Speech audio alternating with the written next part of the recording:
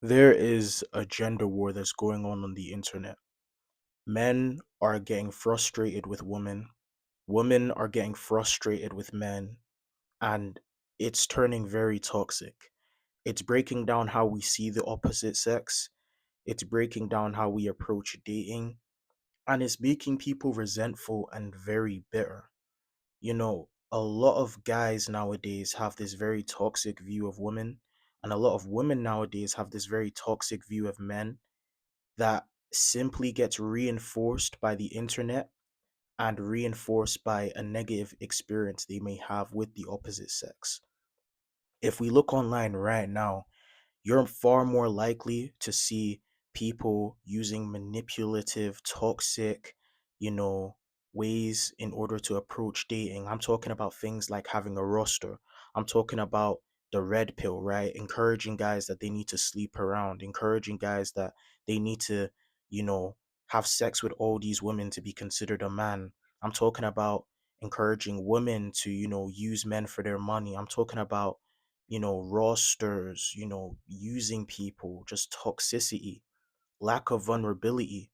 We have turned love into this game where it's kind of like the person that you love the most, you don't want them to know that you actually love them, right? You want to put them in a state where they don't know that you care about them. They don't know how much you care about them. And you want to know that they care about you because we've turned love into leverage. And ultimately, it's because we live in a generation that has a lot of soul ties and has a lot of trauma because of dating.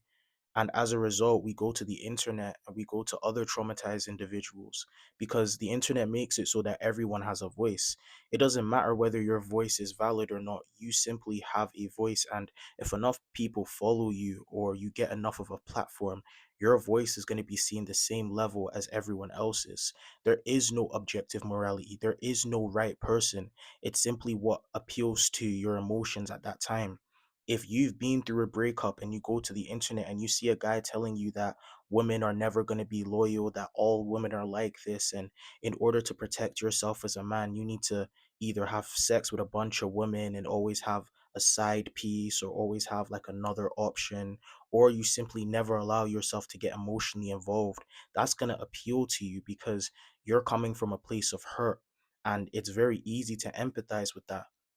If you're a woman who's constantly been disrespected and constantly had, that soft side you had for guys being taken advantage of, the algorithm is going to tell you that men are terrible, that men are lazy, that you'll never find a man who truly cares for you, that you'll never find a man who doesn't watch porn or who doesn't look at other women or who doesn't cheat, and that your best option is to maybe be more materialistic or, again, not be emotionally connected and always have your heart somewhere else, or always focus on other things, or be not willing to sacrifice some things that you would have before sacrificed happily for the sake of a relationship, right? And love has turned into a game of leverage. I really have noticed this. It's turned into a game, and it's a game of how can I get this person who I like, or even just a little bit, right? I to like me without me showing my cards that I like them, And we do this multiple ways. Back in the day, when I was still in this whole matrix of, believing that love isn't, what I'm saying, the most beneficial thing for my life, and I need to be a guy who gets a lot of girls. I would have girls that I actually liked, but if I was around them, you would not have any clue that I had any type of inclination that I liked them because of the way that I would treat them, the way that I would talk to them, because I was very scared that if any person saw that I actually cared about them in a deep level, that they would take advantage of it, that they would use that, and that they would manipulate that for their own benefit. And I'm not saying that doesn't happen, it does. In fact, I've been cheated on before, I've had my love taken advantage of. I've actually experienced that. But despite experiencing, I guess, the worst of my fears, which back then I hadn't even experienced, I came to realize it's all pointless. The cost of love is getting hurt. Nobody can have a healthy relationship if you have your guard up. Yes, you've been hurt. Yes, people have betrayed you. Yes, people have shown you the worst side of humanity, but there's also good people. And by constantly having your guard up, by constantly not being able to put your trust in people, by constantly playing this game where you need a roster or you don't care or you're nonchalant, all you're doing is pushing away the genuine people and keeping you trapped in that cycle. You shouldn't be listening to these people or these online influencers who promote how you should, what I'm saying, have a bunch of women or how you should have a roster or whatever. Now, if your goal is you simply want to sleep around, then yeah, sure, do that. That's never been my goal. Even when I was a young kid, I've always wanted to have a family. And I believe that's a lot of people, men and women. Yet nowadays, you ask people, yo, do you want to get married? Do you want to have kids? And a lot of people are going to say no. But I don't really believe a lot of people don't want to have kids. I think they're scared of having kids with the wrong person. I think they're scared of giving their all to somebody and then getting crushed. And as a result, they simply disengage from the game, right? Now, I don't want you to confuse this with taking a year or two out of the game to simply work on yourself. But I find a lot of people are 20, 21, 22, 23, and they fully given up on the idea of love. And they kind of just settle for this meaningless sex hookup culture. And they're content with that, right? They don't want to go deeper. They don't want to find a wife. They don't want to find a husband. But one of the things that I feel like helps in terms of changing your mindset is you need to stop listening to these online influencers when it comes to relationship advice who push this gender war narrative. When you go on the internet, you would think men and women are battling like it's World War II. You'd think that a nigga sees a girl outside is on site, or what I'm saying, a nigga sees a girl is on site, when in reality there's many happy couples, there's many people who, what I'm saying, are in love. And even though it's rare, there are people who meet someone and they get married and they have kids and there's no cheating and there's no infidelity. Now, is it easy? No, it's not easy. Nothing worthwhile is easy. Building a nice physique isn't easy. Making a lot of money isn't easy. um Developing yourself isn't easy. Growing your relationship with Christ isn't easy. So why do you think love would be easy? Love is very hard, but it can work. It can be successful. But the problem is our society pushes negativity. Our society pushes the cheating stuff. It pushes the, crazy relationships, and it romanticizes toxic relationships and it normalizes them.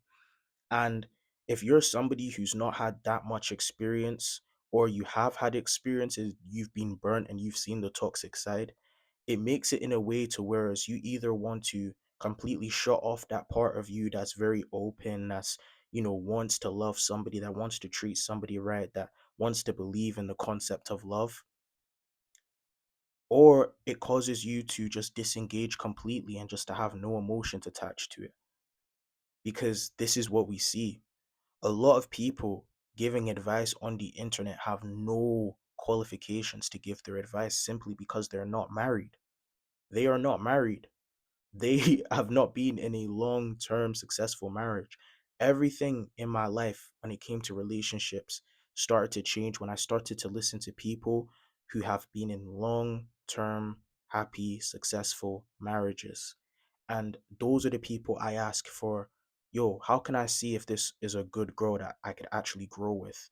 Yo, how could I see if, what I'm saying, this relationship could work? Or what did you guys do that allowed your marriage to flourish? Or how did you guys reach 5 years of marriage, 10 years of marriage? I'm talking about people like Jason Wilson, who is a black guy in America who does work in his community and he's been faithfully married for over 20 years. I'm talking about people I know in my own personal life who've had marriages, long term marriages with no infidelity. You know, you can find people who've been married and you can see when a marriage is good, right? Obviously, some people might see this and be like, how do you know that their relationship is good? I don't think you can ever know, but there's always certain signs where it's like, nah, this has to be a happy relationship. I don't get any toxicity, I don't get any fakeness, I get that genuineness, you know what I'm saying? And a lot of people give up on love nowadays because they're scarred from the past, right? See, I never gave up on love per se, but I definitely had my guard up. There was a point where I was living and I was like, yo, I don't want to get emotionally involved. I don't want to get attached to people. I don't want people to have the wrong impression. And during that period, I pushed a lot of genuine people away from me, or I had my walls up because I was just like, I don't want to get hurt. I don't want to be in a situation where this person has the ability to betray me, or this person has the ability to hurt me, or this person has the ability to do anything harmful to me. But when you live like that, you're simply living out of fear. The truth is, love is a game that isn't easy. It isn't something that you might get right on the first try, maybe even the second try, maybe even the third try. But it is a game worth playing because the rewards are immense.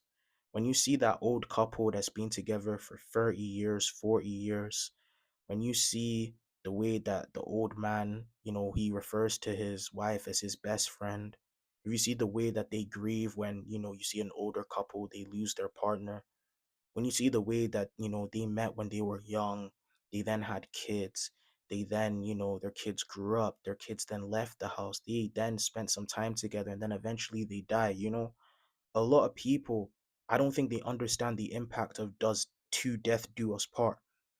Because when you find a real biblical type of good person for you, man or woman, when you find that person who can push you to be the best version of yourself, who doesn't hold you back, and you can actually trust, that is a life partner. God said in the Bible that it is not good for man to be alone, and this is so true. It is not good for anyone to be alone, but specifically guys, man. You can live this player lifestyle of sleeping around all you want, but eventually you're going to get old, you're going to get gray, and you're not going to have anyone with you. And a lot of guys nowadays, they'll make the argument of, oh, bro, but the divorce rate, oh, bro, women aren't like who they were before. And I'm not even going to deny that. Yes, men and women have changed. I do agree. It's harder to find a genuine person nowadays. It's harder to find somebody who is actually solid, somebody who won't betray your trust. It is harder to find someone like that. But that doesn't mean you need to give up on the whole concept of love. That doesn't mean you need to just throw it out. It is harder. So what? Giving up, not having that connection, settling for meaningless sex with women that you fundamentally don't even like or respect, is that the alternative? Is that what is going to be better? I've always wanted to get financially successful, to find a good woman, and to start a family. And I'm telling you, a lot of guys have this want, but simply maybe because they've been hurt from the past, or maybe they see how this generation is and they see the toxicity online, they don't want to do it. And I'm telling you right now, you don't have to be like that. I'm a person who's been hurt myself, and I still carry a lot of hurt, but I don't allow that to impact my decisions anymore because that's living out of fear. And you don't need to live out of fear. And if it doesn't work, I promise you'll live. I promise you'll live. I promise you're not going to be in a bad state, but you need to give it a fair chance. You need to actually allow yourself to love.